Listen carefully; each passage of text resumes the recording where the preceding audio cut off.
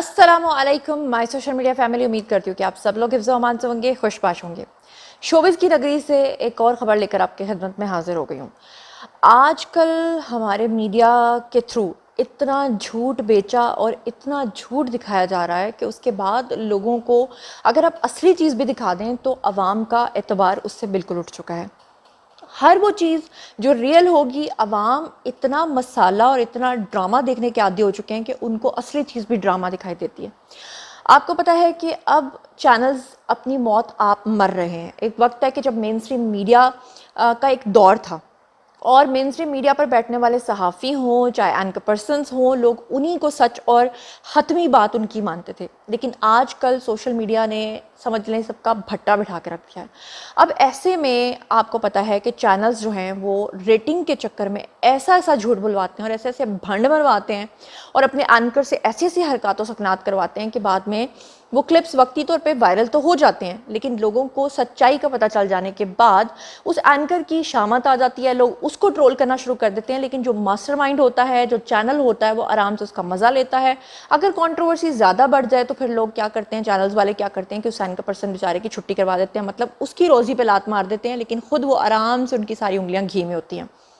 अब शोबिज़ की नगरी से ये खबर आपके सामने लेकर आई हूँ जिसमें जो फ़िज़ा हैं, फ़िज़ा अली, उनसे ऐसी हरकत करवाई गई हैं कि जिसके बाद जो है वो लोग काफ़ी ज़्यादा सोशल मीडिया पर उनको ट्रोल कर रहे हैं और काफ़ी ज़्यादा उनको बातें सुना रहे हैं और कह रहे हैं कि रेटिंग का चक्कर है बाबू भैया। लाइव शो में फ़िज़ा अली का ड्रामा जो है वो बेनकाब हो गया और लोगों को अब सारी चीज़ें जो है समझ में आती हैं कि कौन सी चीज़ें प्लांटेड हैं, कौन सी चीज़ें कैसे की जा रही हैं। पूरा मामला क्या है और किस तरह से अब लान-तान हो रही है फ़िज़ा अली की और उसमें उनकी कितनी इन्वॉल्वमेंट है, इसके बारे में बात करेंगे। तो सबसे पहले मैं आपको बता दूं कि पाकिस्तानी अदाकारा और गुलकारा और मॉडल भी हैं और टेलीविज़न की मेज़बान भी हैं। मैं बात कर रही हूँ फ़िज़ा अली की। उन्होंने मॉर्निंग शो के दौरान जो है वो कुछ ऐसे स्टंट्स करना शुरू कर दिए हैं जिसके बाद जो है सोशल मीडिया सार्फिन को ना तो वो अच्छा लगा, बल्कि उनको इतना नागवार गुजरा कि साथ ही उन्होंने फ़िज़ा अली का ड्रामा जो है वो भी बेनकाब कर दिया। फ़िज़ा अली ने बेसिकली किया क्या कि वो एक लाइव शो कर रही थी। लाइव शो में मनसूबाबंदी के तहत जो है वो एक स्टंट करवाना उनको महंगा पड़ गया। कैसे? शो के दौरान जो है वो एक ऐसा क्लिप मंजरेआम पर आया जिसके बाद अदाकारा को महज रेटिंग के लिए झूठा ड्रामा रचाने पे शदीद तनकीद का निशाना जो है वो बनाया गया। अब आपको पता है कि एक क्लिप है, उसमें देखा जा सकता है कि लाइव ट्रांसमिशन हो रही है, प्रोग्राम चल रहा है और वहाँ पर अचानक से एक नकाब पोश खातून आ जाती हैं। खातून जो है बाकायदा उसने पूरा एक नकाब किया होता है और उसने हाथों के ऊपर ग्लव्स भी पहने होते हैं और उसकी जो चाल होती है वो मर्दाना होती है, जो उसका हुलिया होता है वो जनाना होता है। उसका जो बात करने का और पहली बात का ही अंदाज है, उससे साफ पता चल जाता है कि वो एक खातून नहीं बल्कि वो एक मर्द है जिसने बाकायदा तौर पे बुर्का पहनकर एक औरत का रूप जो है वो धारा हुआ है। अब होता क्या है कि वो जो नकाब पोश खातून है वो अचानक सेट के ऊपर आ जाती है और आकर रो रो कर अदाकारा की जो है वो मद्दा होने का दावा करती है और कहती है कि मैं आपकी बड़ी फ़ैन हूँ और मुझे जो है ना बात करने का मौका दें।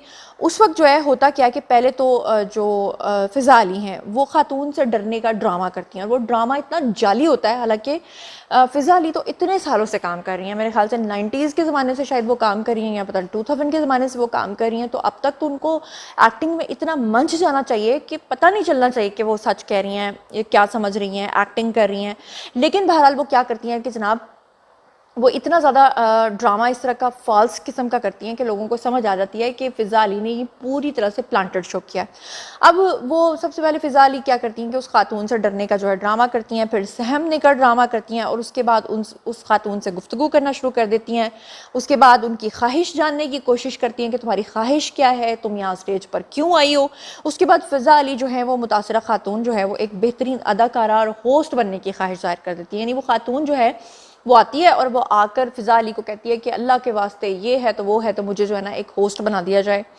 और कुछ देर के बाद जो है वो मेज़बान की जगह उनको खड़े होने की इजाज़त मिल जाती है। उन्हें कहा जाता है कि ठीक है आप जो है ना वो होस्टिंग कर सकती हैं। थोड़ी देर के बाद फ़िज़ा अली को इस नकाब पोश खातून के ऊपर जो है वो शक होता है कि उन्होंने अपना चेहरा जो है वो दिखाने के लिए उस खातून को कहा कि अपना चेहरा दिखाओ और जब वो खातून जो है वो अपना चेहरा खोलती है तो वो फ़िज़ा अली के मॉर्निंग शो का अपना ही टीम मेंबर जो है वो निकल आता है, जिसको लोगों ने बहुत बुरे तरीके से ट्रोल किया। लोगों ने इस चीज़ को बिल्कुल भी एक्सेप्ट नहीं किया और लोगों ने कहा है कि ये क्या फजूल किस्म का ड्रामा है। सोची समझी मनसूबाबंदी के तहत जो है वो लाइव शो के अंदर जो है दौरान सेट ये सब कुछ हुआ है। इस बारे में उनकी टीम को भी सब कुछ ऑलरेडी मालूम था। ज़ाहिर जो है वो फ़िज़ा अली की जानिब से ये एक सेगमेंट था, लेकिन फ़िज़ा अली और उनकी टीम को शो में प्री प्लांटेड सेगमेंट शामिल करने के लिए अवामी रद्द-ए-अमल का जो है वो और शदीद तनकीद का सामना है और सोशल मीडिया सारिफीन जो हैं वो उनको ओवर एक्टिंग की दुकान कह रहे हैं। आपको पता है कि ये चीज़ कोई पहली बार नहीं हुई। अभी ठीक थोड़े दिन पहले जो है आपको पता है कि एक शो के अंदर साहिल अदीम से एक खातून ने बात की और वो तागूत के ऊपर जो पूरी एक बहस हुई और फिर उसके बाद साहिल अदीम के मुंह से निकल गया कि जनाब 95% ख़वातीन जो हैं वो शायद कह देते कि कम इल्म है तो बात भी समझ में आती है, लेकिन उन्होंने कह दिया कि जाहिल हैं। फिर इसके ऊपर वो खातून जो है वो साहिल अदीम के साथ बहुत ज़्यादा बहस करती हैं और फिर हमारे मुल्क के अंदर एक अजीब किस्म की कहानी शुरू हो जाती है, अजीब किस्म की बहस शुरू हो जाती है। ख़वातीन जो हैं वो एक साइड पे हो जाती हैं, मर्द एक साइड पे हो जाते हैं, कोई साहिल अदीम को सपोर्ट करता है तो कोई उस खातून को सपोर्ट करता है। और इतने लंबे ड्रामे और इतने ज़्यादा वेले निकम्मे टाइम के बाद जाकर ये बात मंजर आम पर आती है कि वो खातून जो है उसने ये प्री प्लांटेड शो किया था। ना सिर्फ इतना बल्कि ये बात समझ आती है, बल्कि सामने आती है कि वो समा न्यूज़ का जो डिजिटल प्लेटफॉर्म का प्रोग्राम था उसमें जिस खातून को बिठाया गया था वो उनकी अपनी ही कोई टीम मेंबर थी, जिसको उन्होंने वहाँ पर बिठाया हुआ था, जिसको उन्होंने पहले से पूरी कहानी समझाई हुई थी। हाँ, ये एक अलग बात है कि साहिल अदीम को इस बात का पता था या नहीं पता था, क्योंकि बाज़ दफ़ा प्रोड्यूसर्स क्या करते हैं कि वो अपने टीम मेंबर्स को वहाँ पर प्लांट करके बैठा देते हैं ऑडियंस में और अपने होस्ट को बता देते हैं कि आपने इससे बोलने का मौका देना है और उसके बाद वहाँ पर बहस शुरू करवा देते हैं। और बाज़ दफ़ा गेस्ट को पता भी होता है और बाज़ दफ़ा अगर गेस्ट को पता ना हो तो गेस्ट अनॉय होकर वहाँ से चला भी जाता है। ये सिर्फ यहीं तक नहीं है, वो आयशा सना नाम की एक एंकर हुआ करती थी जिनको मेरे ख्याल से मैं ही बचपन से नहीं बल्कि मेरी वालदा भी बचपन से देखती आ रही होंगी। और वो आपको याद नहीं हो जो कहती थी कि ब्राइट करो ब्राइट करो ब्राइट करो। वो खातून भी अजीबो गरीब किस्म की हरकतों सकनात किया करती थी, इस तरह की ड्रामेबाजियाँ किया करती थी। और उसके बाद आपको याद होगा कि उनको मुल्क से फ़रार हुए तकरीबन 2 से ढाई साल गुजर गए।